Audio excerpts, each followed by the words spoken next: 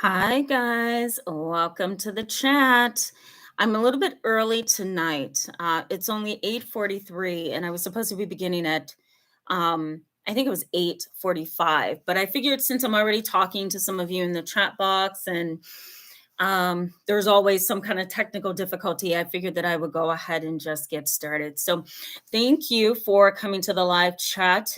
This is a viewer requested live chat. There's so many of you who contact me behind the scenes of YouTube, and you ask me to talk about abuse and trauma and narcissism and sociopaths, and the list goes on. And what I like to do is take all of your suggestions and sit it alongside my 14 years of experience, and then boom, here's a topic. So that happened for today's live chat. I think abuse is one of the most complicated topics. And one of the reasons why is I don't think it's really easy to know when you are being abused. I think it's hard to connect the dots within a family. It's difficult when you're dating someone or you're a friend to someone and you're being abused. But it's entirely different when you're trying to understand what role you play and what function you have within a family system when you're being abused. Abuse is not just physical abuse, hitting and biting and kicking and whatever else that may happen physically. You're well aware of that, I'm sure. That's not all there is to the definition of abuse. Tonight's live chat, I'm going to kind of expand your thinking on the topic of family abuse. And I want to drop a few new terms that you are probably not aware of. And I think that this may give you a little bit more of a broadened understanding of the topic of abuse. I'm also going to tap into my my knowledge of domestic violence and bring in some terminology from the domestic violence realm and relate it to family abuse. Because even though domestic violence is its own horse, right, it's its own complications, you can also utilize some of the terms in the area of domestic violence for family abuse. So I'm going to bring all that together for you in this live chat. I do see some of you guys signing on. Hi, Courtney. Nice to see you. Welcome to the chat. Dragon Man Sasson, welcome to the chat. Thank you so much. Happy hump day to you as well. Somebody wished me a happy hump day at the bank today. I went to the bank for a quick small business thing I had to do. And, the bank teller was like, how's your Wednesday? And I'm like, Wednesdays are rough for me. I see about 15, 16 people. I'm tired. Then I do YouTube. And he's like, I'm so sorry. He says, well, happy hump day. And I'm like, I don't know if that helps or makes it worse, because I want the day to be over once I get out of bed. But thank you so much, Dragon Man Sasson. I appreciate that. Happy hump day to you too. Sean Hammer, so glad to see you. And yes, you are on time. And thank you. I am on time. I appreciate that. Hugh McGregor, hello. Welcome to the chat. The Realist RT, welcome to the chat. Emily Palmer, Sims Rock, welcome to the chat. Hello. Let me look at something here for a minute. The Realist RT, I'm going to mention this before I jump into the topic of abuse, because this is going to help me kind of narrow my focus a little bit. The Realist RT says, nobody would believe you if you reported the abuse. Now, there are certain situations where abuse is not believed, and no matter who you bring in to protect you from that abuse, whether that's family abuse or intimate partner abuse, whatever may be going on, even if you report the abuse, and I'm going to talk a little bit about that tonight, it doesn't mean that you're going to get anywhere with that. And that's the scary part, especially when you're within a family unit. So I'm going to jump on that for sure. Welcome, Designer Guy. Hello. I love this question. Are you still accepting new patients? Oof, I would love to accept every last one of you. The issue with me, very briefly here, is that I am booked up for the next 9 months. So most of my clients are like cancellations and so forth. So feel free to email me. My contact information is in the description box. I'll gladly put you on the cancellation list for sure. So let me jump into this topic of family abuse.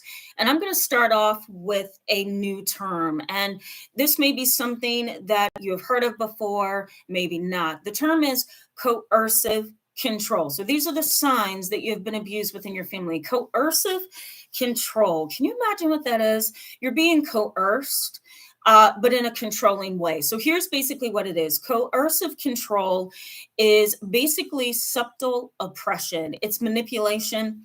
It's the instilling of fear in some fashion, in some form.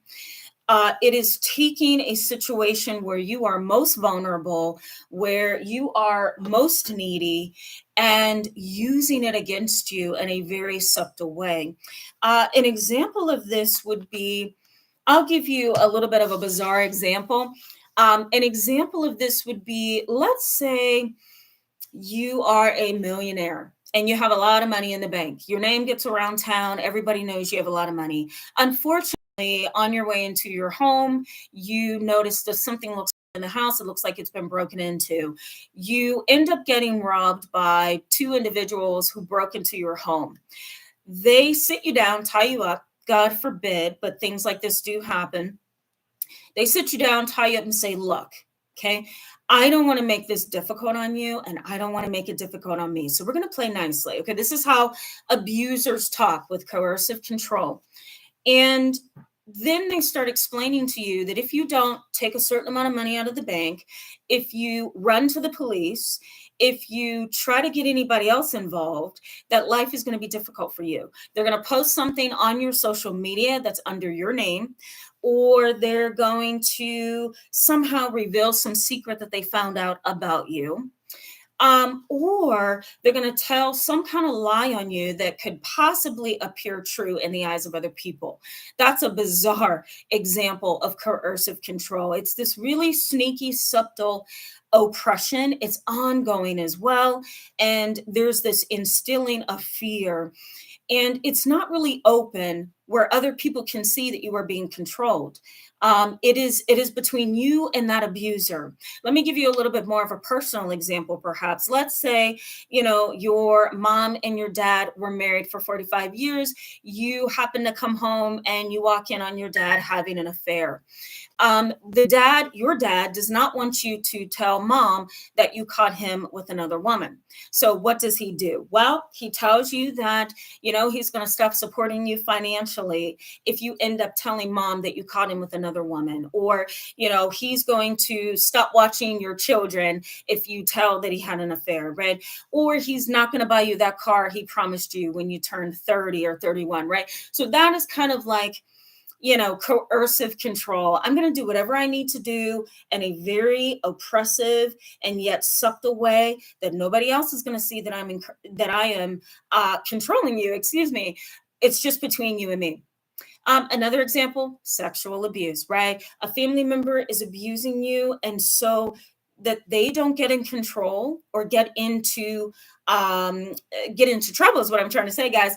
What they do is they kind of hold you hostage, right? If you tell A, B, and C, then I'm going to do this to you. So coercive control. You're going to see a lot of this in families where there's narcissism, where there's sociopathy, and even where there's intergenerational trauma. Okay, so that's one new term I've introduced to the channel. Now, the next term is a little bit more, I think, well known by most of you on my channel, but I'm going to go ahead and say it in a different way. I always talk about triangulation, but this term is known as the drama triangle. And the drama triangle really is this kind of destructive human interaction between you as the victim and the abuser. The abuser knows how to take you from one place to the other, and they do it in a very subtle, kind of manipulative way that you get stuck in this triangle. So let me give you a visualization. So here's what the drama triangle looks like. And I talk about it all the time on this channel. So those of you who have been with me for a while now, you're probably well aware of this. But the drama triangle is like this. I'm going to write it down for you. So there's always a victim in the drama triangle, okay? There's a persecutor, not a prosecutor. One of my families today, I taught them about the drama triangle, and the one mom, she was like, the prosecutor. I'm like, no, it's the persecutor. It's the persecutor. So the persecutor is the one who points fingers at you. Okay, they're blaming you. Then we also have the rescuer. And the rescuer is always somebody who's going to be on the side of the victim. That could be a cousin, uncle, a mom, a dad, whoever it is. They're always going to be on the side of the victim. They are there to kind of swoop in and rescue the victim from being attacked, and somehow rescue the victim from the persecutor. So here's how this looks. Okay, guys. So this is the drama triangle, and the whole idea behind the drama triangle is the abuser, and I'm talking more specifically about the abuser within the family system. The abuser knows how to play the role of the victim, and they know how to get you in the role of the persecutor, so the one who's pointing fingers, right? Or they know how to lie and make it look to other people as if you were pointing fingers and judging, and you're the troublemaker, and you're the exaggerator, right? You're the manipulator. They know how to get you into that position, and they stay in the role of the victim. And then they bring in somebody else in their world to kind of protect them and rescue them from you. And the sad part about that is, if you're being abused within the family system, or if the family dynamic is so messy, right, it's going to be difficult for you to get out of that role as the persecutor. And so you're probably going to stay in the role of the troublemaker, the manipulator, the liar, for however many years that abuser decides they're going to continue to play this drama triangle in your world. It's a really sad, sick, twisted, skewed way, for lack of a clinical term, to really engage another human being. It's a destructive interaction between the abuser and the victim. It's a sad reality, but it does happen a lot. I'm going to go to the comment section. You guys are commenting away. I want to answer some things and make sure that I'm staying on top of the conversation here. So, hi, TN. Welcome to the chat. Glad to have you. TN says, I screamed for help and got nothing. I screamed for help and got nothing. I'm so sorry to hear that. And let me just say, TN, abuse is so difficult to highlight, to put your finger on, to identify it, that some people mean well, they want to help, but it's really difficult for them to conceptualize that abuser as an abuser, if that makes sense. Now, if you're screaming for help in a legal way, right, by calling child protective services, or you've gone to a therapist and you're hoping that therapist can help you as a family, it's sometimes very difficult for even those systems to help, right? Really trying to confirm abuse within a family is difficult, especially if there's no marks, there's no bruises, there's no evidence. All we have is the verbalization. What you're saying is abuse, and that's just terrifying, because sometimes that's all you have, right, Tian? Like, sometimes verbal abuse, emotional abuse, psychological abuse is all you have that's happening to you, and there's no bruises, there's no scars, there's no evidence. The evidence is in here, and the evidence is in here. But the more you scream and you yell, sometimes you don't get that help, right? Because proving that kind of abuse is really difficult. So I'm sorry to hear that. I have that a lot in my office, and I also deal with that a lot in other countries where where people are consulting with me.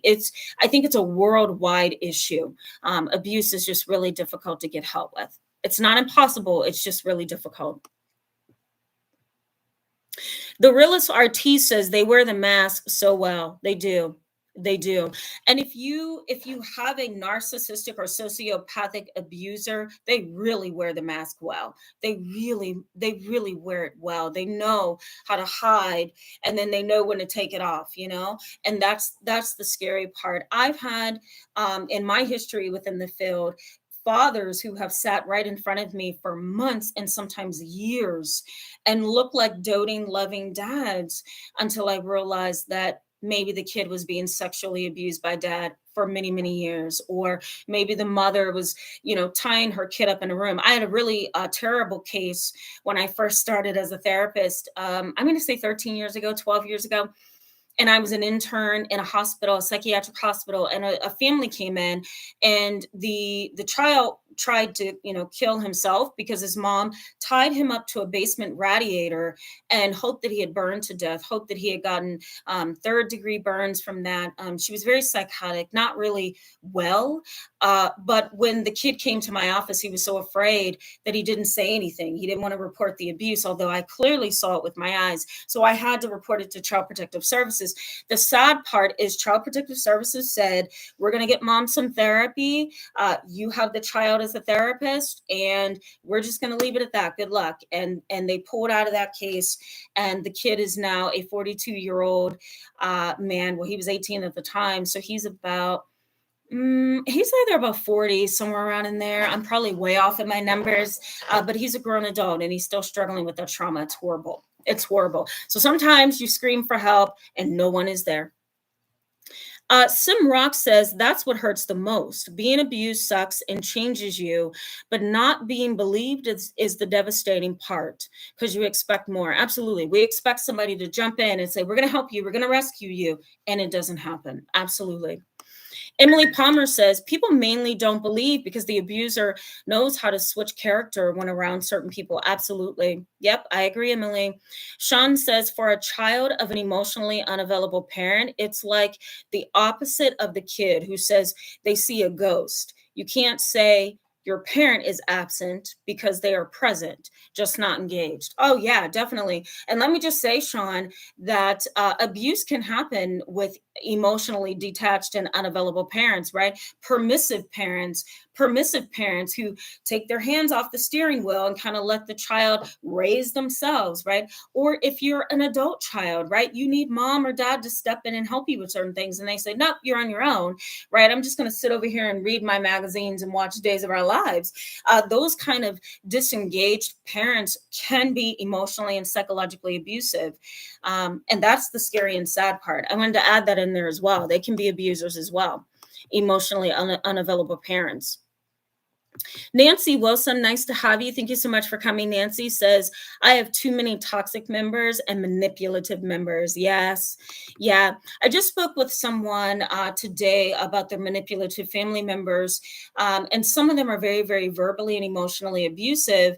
And one thing I told this person, I said, you're not alone in this. And this is for you guys as well. You're not alone in this. I know the world puts up this facade and this cultural and social lie that family is everything and family is wonderful and family is everything that you need to survive. The reality of that is if you have a good, loving, healthy family or a family that means well and does well and they respect you, that is everything. But when you have an abusive family who's toxic and unhealthy and narcissistic and traumatizing, that's not everything. So it's kind of good to keep that in mind, Nancy, that you're not alone in this. I think a lot of people can relate to you. Designer Guy says, is it okay to cut your narcissistic family off if the victim is accusing the persecutor for all the family? That's what it is. Okay, so I'm going to pull from this Designer Guy. I think you're saying, is it okay to cut the victim off if hold on, I want to make sure I get it. Yes, I think you can. If you need to cut off the so-called victim, yes. Because here's what you want to consider: victims are typically the abusers, right? And especially for this live chat, that's what we're talking about. The victims are the abusers, and these are the individuals who say things to hurt you. They do things that hurt you, right? They control things all around you so that you can get stuck in the middle of that triangle. So, can you cut off that victim? I mean, the victim, absolutely, you can. I don't see why you would want to hold hands with them or continue on with them. Say, I'm not dealing with this and totally cut them off. I think you have the right to do that. Tasha T. Lane, nice to see you. So glad to see you here. I haven't seen you in a while. So glad to see you. Tia says, oh my God, thank you so much for that in-depth answer. You definitely have seen this before. It's like you were there with me. Oh, that's so sweet. Thank you so much for saying that. And I'm so glad you feel that way. I think healing starts when you realize somebody gets you. It's validating, it's healing, and then you don't feel so all alone. I'm going to come back to all of your wonderful comments. Let's go to the next one. So, coercive control was the first one. Second was the drama triangle. Let me introduce a brand new term as well that abusers engage in. So, this is called violent resistance. And sometimes when you're in a family where you're being abused, you don't know what else to do to help the situation but to respond. And sometimes your responses may be impulsive, it may be a survivor response, which isn't always conversation. Sometimes it is lashing out. Sometimes it is doing something as serious as slashing tires, right? I had a family about 4 years ago, and it was a very toxic family of twins. It was twins, triplets. And they were all adopted, and it was just different cultures in that family. I mean, it was just a mess. And this particular family never spoke. Like all their interactions were emotional and impulsive. They never had a healthy conversation. It just didn't exist. Okay. They didn't know how to sit down and talk. So one night, one of the family members got upset. They went over to their sibling's car and just slashed all her tires. Like it was a very impulsive emotional response to years upon years of abuse in many different capacities. And so psychotherapists would call this violent resistance. Okay. Violent resistance. You are resisting something, but in a violent way. It's almost like you feel that you have to engage in the same level of intense behavior as the one who's abusing you. Let me bring that to you again because that confused me. It's almost like you are engaging in the same intensity of behavior to protect yourself, of course, as the abuser is engaging in towards you. Violent resistance. And sometimes this doesn't go well, because if you react violently in some fashion, most likely they can call the police and say you started it, or they can sue you and say it was assault, or try to get money off of you in some way. So when you're in an abusive family, you get pulled in a variety of ways. It's not always a drama triangle. Sometimes it's violent resistance. Okay, so the next one, guys, and you probably have heard of this, it's really stonewalling you and just, refusing to talk to you and help you understand what's going on in the relationship. So, stonewalling. We also have gaslighting, where the abusive family member kind of minimizes your own thoughts, feelings, and behaviors. They don't know how to appreciate your own thoughts, your own emotions, your own behaviors. They're going to minimize it, or they're going to scoff at it. And so therefore you don't feel like you're being heard. We can put this under the category, these two things, stonewalling and gaslighting. We can put that under a desire to gain and maintain control. This is the abuser. They want to gain and maintain that control.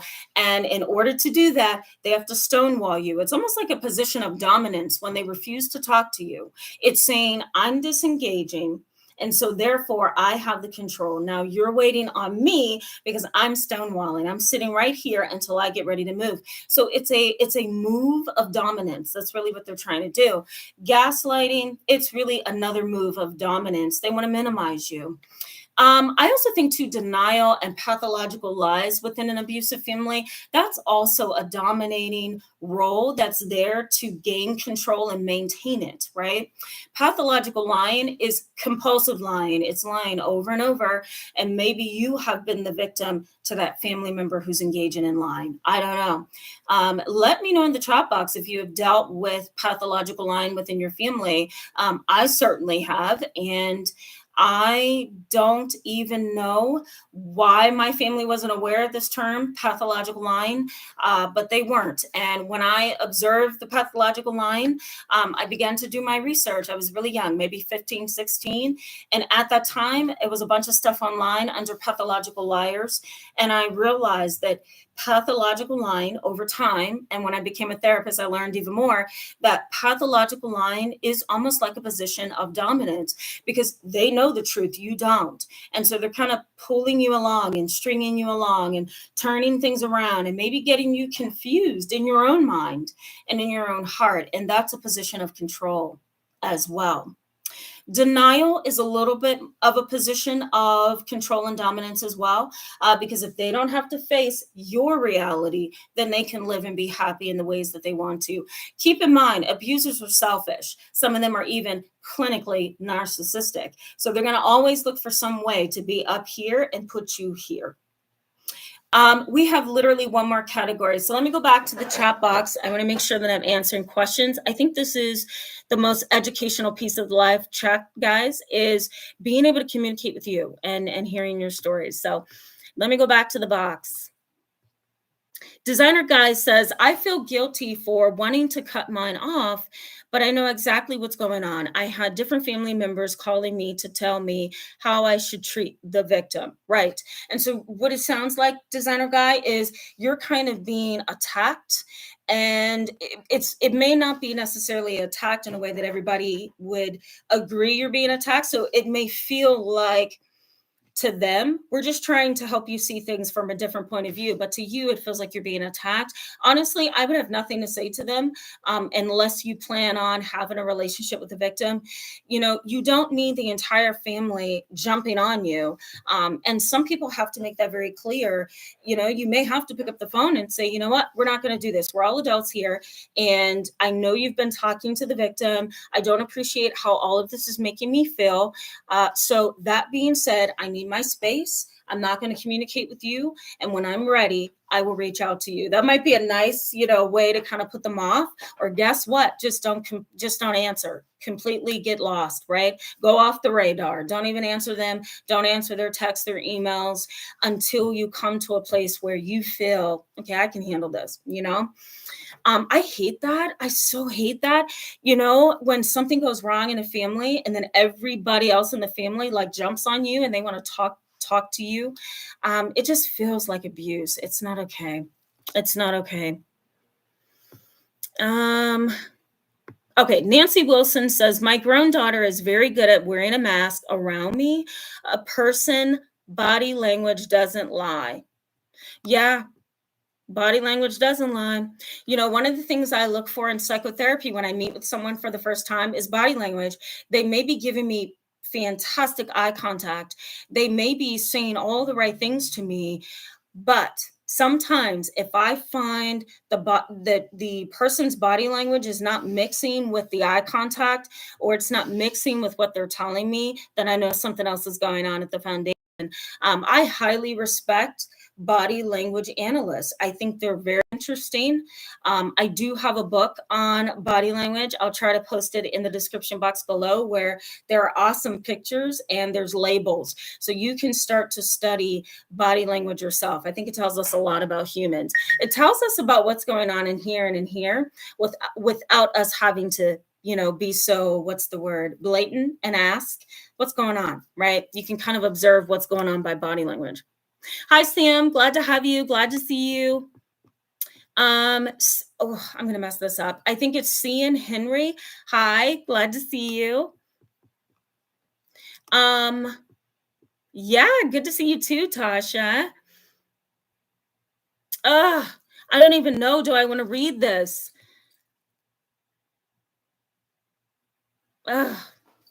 Okay, so to maintain Tasha's privacy a little bit here, I'm just going to say she had some issues with family and family members, and it led to some legal stuff. And oh boy, I'm so sorry to hear that. It's, Tasha, it's almost like, once you get to an adult age, there should be no more police involved. There should be no more physical abuse and assaults and fighting and all of that. But unfortunately, in families where there's a foundation of abuse, those kind of things can last for many years.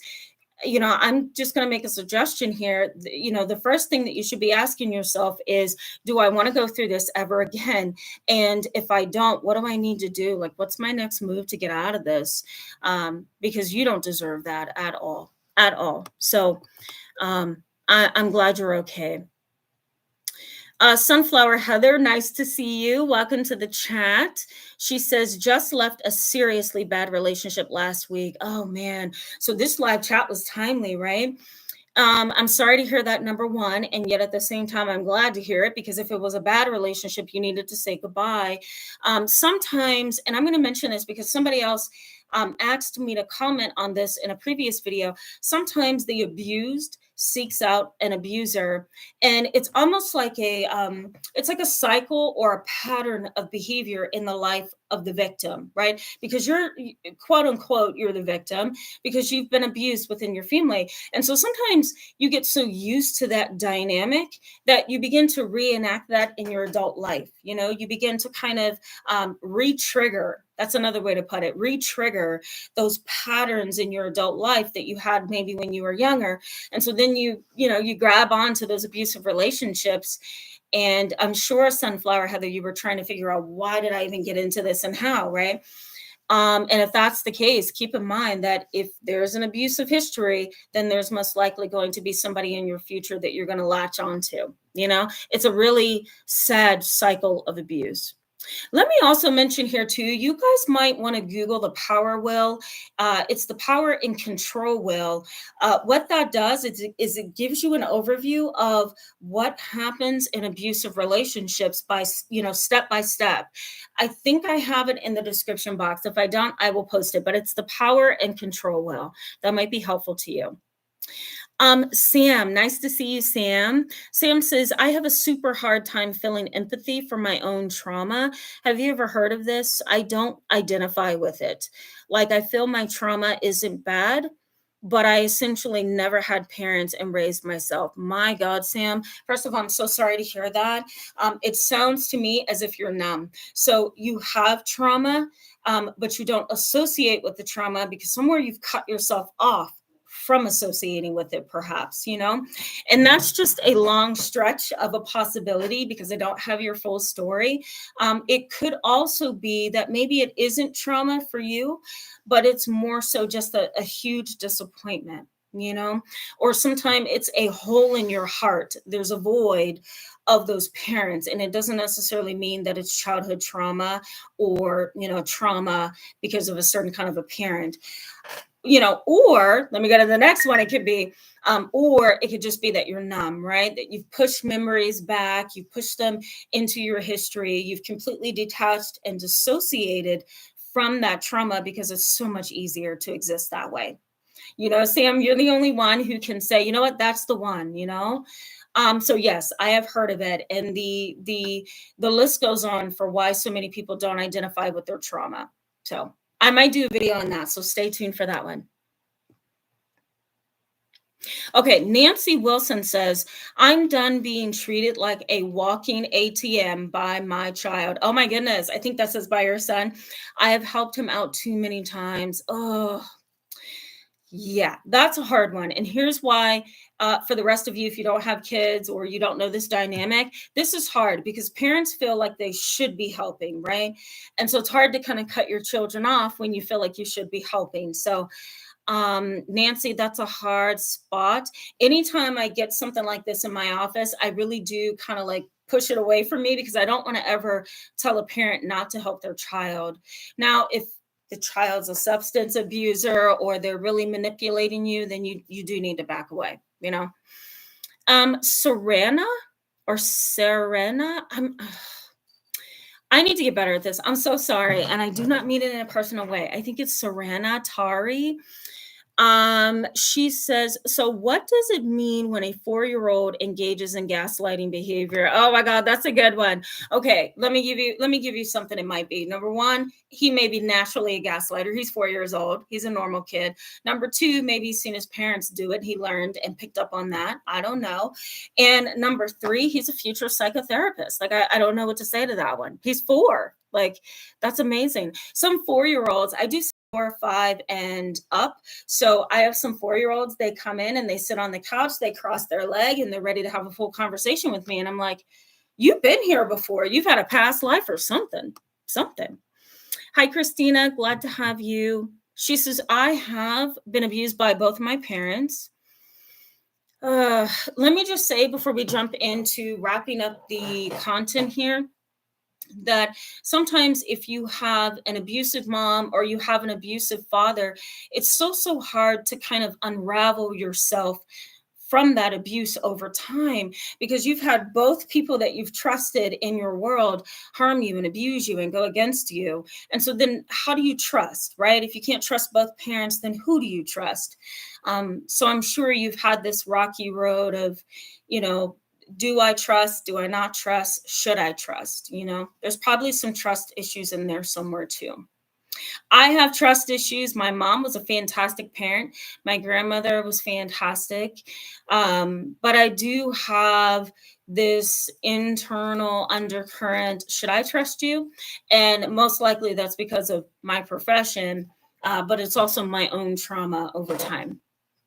So I'm sure you've experienced that, Christine, at some point. Okay, so let me give you just a few more signs that maybe you have been abused within your family that you haven't thought about. I will go back to the chats and then we'll wrap up. So I want you to kind of think of harsh judgments as well as being a part of the abuser's repertoire of behaviors. Now, what I mean by that is an abuser often has almost like a glove of techniques that they use on you. Maybe it's coercive control. Maybe there's something going on here where they need to dominate you and control you. Maybe they are triangulating, maybe they are gaslighting you, right? So they have a whole glove full of weapons that they use. And sometimes if all the other weapons fail, then sometimes they will harshly criticize you. They try to get in here, right? When I was in college, I was studying forensic science and forensic psychology. And one of my criminal law professors said to me in one class, he's like, do you know what the most powerful weapon is? And I'm like, I don't know what that is. And he says, the ability to control the mind, the ability to control the mind. And so the abuser is that same way. The most important weapon in their arsenal, okay, is the power to control your mind. And if they can get in here, they've got you. And so they will use harsh judgments. They will use isolation techniques and trying to get you to withdraw from people that strengthen you and kind of make you feel powerful and confident, right? I also think too, abusers will, in order to gain that control and to get inside of your head, they will use what's called economic abuse. Economic abuse. They will take your finances and they will control those finances, or they will give you a little bit of money to spend with and then hold everything else back from you. That tends to happen in a lot of situations where there's a parent with a child, or an adult child situation where the parent has the money and the adult child needs a loan, and that parent is just controlling that interaction.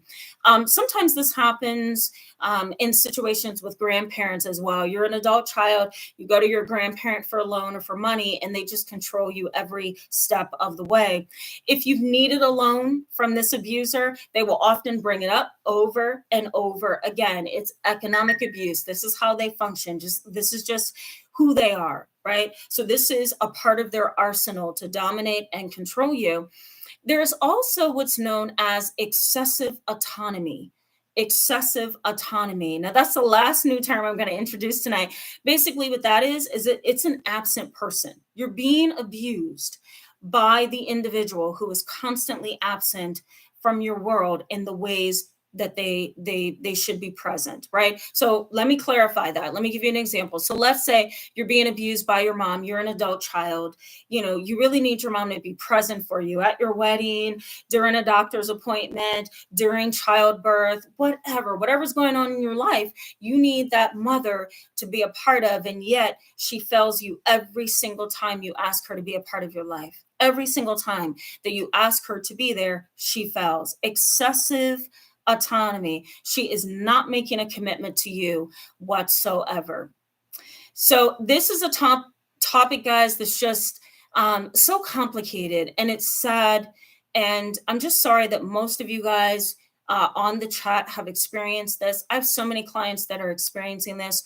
I think one of the most powerful weapons to heal is to do videos, read books, read articles, look up some of the terms I mentioned tonight that maybe you're not familiar with. Put some things in your arsenal, right? Get some knowledge. I think that's the first step toward healing from this. Let me go back to the chat box and see what you guys are saying here. Sarana Tari says, "Is it something they can learn from another child?" Oh, okay. The gaslighting, yeah, gaslighters, especially 4-year-olds, as you put it. I wouldn't necessarily call a 4-year-old a gaslighter, but I would say gaslighting is learned from other people, and it is also learned in terms of maybe something your parents did to you. Most behavior is modeled for children, and as they grow up, they kind of adopt those behaviors that they've learned. So yes, yes, it can be learned. To make that answer very short, it can be learned. Hi, Junior. Glad to see you.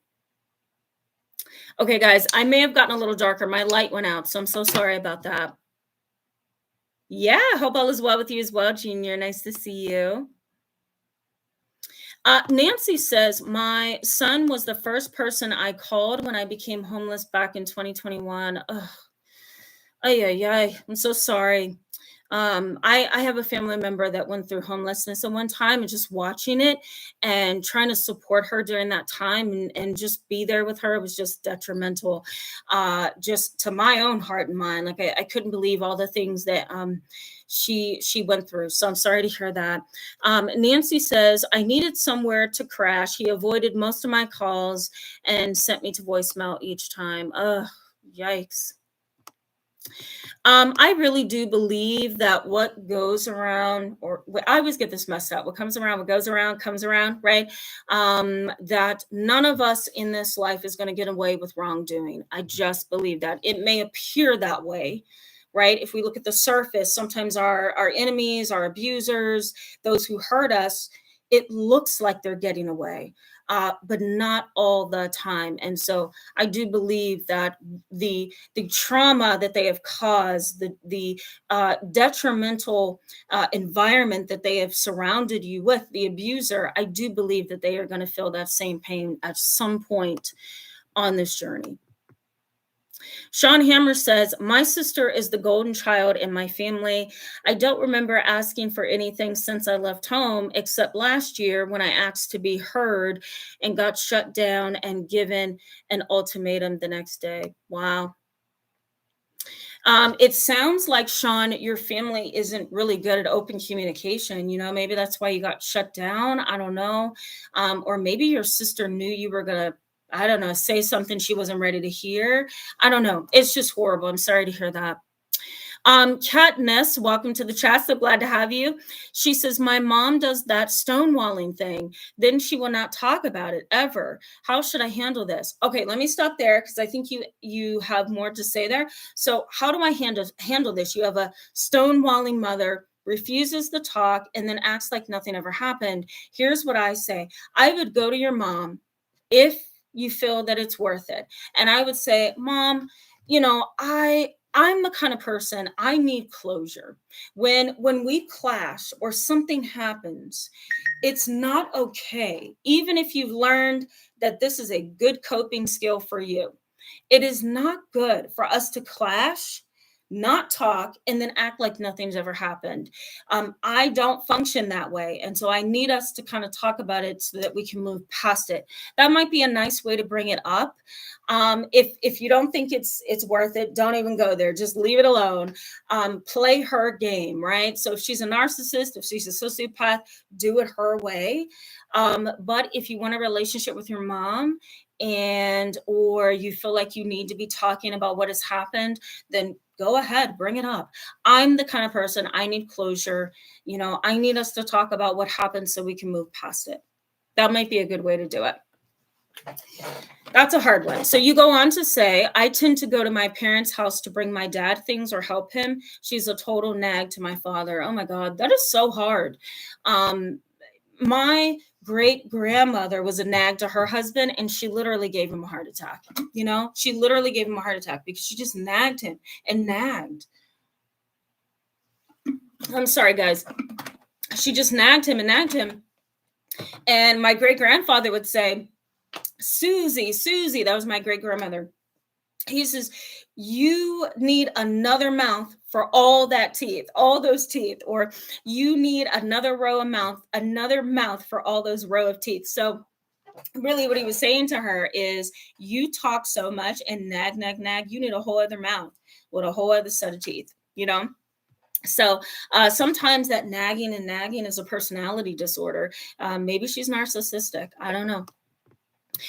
Earpiece of 99 says, similar situation where my family is playing the victim and I drop contact. They refuse to address, accept the abuse, and to get their own mental health in check. Yeah. So whenever that happens, I honestly would take a back seat to that. Like, don't let them take you on this unstable roller coaster journey with them. You don't want to get help for your mental health issues. There's abuse in this family. I will not continue to be abused. So I'm sorry to hear that. I would distance if you can, until maybe you're strong enough to deal with them, or until you need to really communicate with them again. But I would distance for sure. You're welcome, designer guy. Okay, V, hi, welcome to the chat. This person says hello and thank you so much for all you do. You're welcome. Thank you. Wait, I lost you. Let me go back. I arrived a little late from Australia. Oh my God, I love Australia. I have been there. It's beautiful. But so happy to be able to join you live as the topic and all you help with. I am sadly all too familiar. Oh, I'm so sorry to hear that. Yes, but I'm also glad, V, that you can come on to this channel and kind of feel validated. It sounds like you feel at home, hopefully, and so that's a good thing. I'm glad. Hi, C and Henry. I see you. She says, hey, Doc, how are you doing? I'm doing okay. A little tired tonight. I don't know if you can tell. Thank you. I hope you're doing okay. Um, Nancy Wilson says, I need to buy that book of yours. Yes, I'm going to try to find it and I'll go ahead and post it for sure. I promise I'll post it. You're welcome, Tasha. She says, thanks, Tamara. Probably going to disappear from my area. Not sure yet. Contacted over 200 people in high positions and it ignored. Don't worry about privacy with me. Absolutely. Yeah. I like to be sensitive to privacy. So I hope things work out for you, Tasha. That's a tough situation, no doubt. Oh, Nancy, I'm going to point this one out. Hi, Sovereign Dirt. I see you. Welcome to the chat. Sarah Jones. Hello. Welcome to the chat. Nancy, I'm going to go back to something you said, and then we're going to wrap up. I'm going to make sure I get some more of your comments, and then we're going to wrap up. You're saying my psychiatrist wants me to write a letter to my dad and burn it. You know what? I do the same thing. So let me give this as a suggestion for the rest of you. It's okay to sit down with yourself and write a letter. Write the letter as if you're talking to the abuser, and then read it, process it, maybe share it with your therapist. Hold on to it. And you can decide at whatever point you want to either send it to the abuser, let's say it's a parent, or burn it and tear it up, whatever you need to do. But I encourage my clients sometimes with abusive histories to write a letter. Dear mom, I didn't know how to say this to you. And so I'm putting it in letter form. You have always hurt me. That's, I tell my clients all the time, start there, dear mom, and just go from there. Keep writing until you feel that you've gotten everything out, put it away, let it sit for maybe a couple days, go back to it, reread it, and decide, do I want to send this, or do I want to burn it, or do I want to keep it, right? It's almost like a really good healing process for those of you who can't verbalize things to the abuser. All right, let's go to Sarah Jones. Yeah, she says, it's very sad, but yes, I can relate. Dr. Elena Jutai. Hopefully I have that right. If I don't, please forgive me. This person says, love your channel. Thank you so much. And welcome to the channel. I don't remember seeing you, so welcome to the channel. Many of my patients who have trouble meeting their health goals come from traumatic family systems and relive the dynamic and current relationships, excuse me. Thanks for your content. Yes, absolutely. You're welcome. And you're right. They do relive it. It's that reenactment I talked about a little bit ago. They don't know. Most people who have abusive histories, they don't recognize their own patterns. So they don't know that, okay, you may have escaped from abusive mom and dad, but now you're going to abusive Kevin over there, or now you're going to abusive Marianne over there. And so the dynamic remains the same. So you really haven't escaped. You've escaped the previous abuse, but you've also escaped and run to another relationships that's just like it. And it's a terrible cycle. Let me just say, for those of you who have been in this position where you've kind of reenacted your abuse, or you've gone to another relationship, you might want to look up what's called the cycle of abuse. And when you Google that, you're going to see almost like steps to how the cycle just kind of transforms in your life, and how it just kind of keeps you going in circles. It's a pretty frightening cycle, to say the least. Speak truth to power. I think I got that right. Welcome to the chat. Glad to see you. This person says, I used to be so triggered when my daughter was dishonest. Now I know she was just trying to navigate and survive dealing with my issues. I'm glad I've recognized my poor ways and healed our relationship. That's so humble and so wonderful. Very glad to hear some accountability in that area. I have so many clients that come in, and sometimes they're not as accountable as you are in that statement. So I'm very glad to hear that. C. Henry says, that's happening to me. It's always happened to me. Yeah, so she's in a conversation with different people in the chat box about her struggle with abuse as well. Tian says, I finally have an exact term for my father, excessive autonomy. See, that's why I dropped these seeds, so you guys can have the language. Sometimes the best way to heal too is to have that terminology, to just be able to categorize it and say, oh, my dad goes there, my mom goes there, my cousin goes up over there, my brother goes down there. Sometimes that's healing, just knowing where to place these abusive people or disturbing people in your life. Sometimes the labels can help. You're welcome, Tasha. Good night. I hope you're going to take some much needed time out for yourself. So thank you for coming. Okay. I'm going to mess this up. Is it Jesus and David, or is it Jesus and David? Either way, let me read your comment before we go. I'm going to make sure I get the rest of your comments, and then we're going to wrap up. This person says, am I right to evict my brother, 22, me, 26, who broke house rules, paid rent 2.5 months, parents kicked him out, dropped him off with me, and now are condemning me, my lack of progress? Well, let me just say, first of all, your brother's not your responsibility. I'll start there. The responsibility lies with your brother, and mainly your mom and dad. So if mom and dad wants you to kind of take that burden off of them by saying, hey, why doesn't he just move in with you? You're going to be a good example. Or maybe you can give him a roof for a while. Maybe you can handle his behaviors. You might want to back out of that when you can. Maybe try to coerce in a positive, healthy way, your 22-year-old brother to maybe start working, maybe kind of rebuild or build his own life if he's not already, and kind of detach from that, because you should not be burdened at 26 years of age. It's not your responsibility. So that would be my answer for that. All right, guys, I want to skim one more time. Light in Z Production says it worse being homeless when you have no. This person is saying that it's really bad to be homeless when you don't have shelter to go to and not a vehicle. Yes, absolutely. I do not believe, and this is my political, my religious, and my personal opinion, there should be absolutely no homeless people in this world, period. I'm going to leave it there.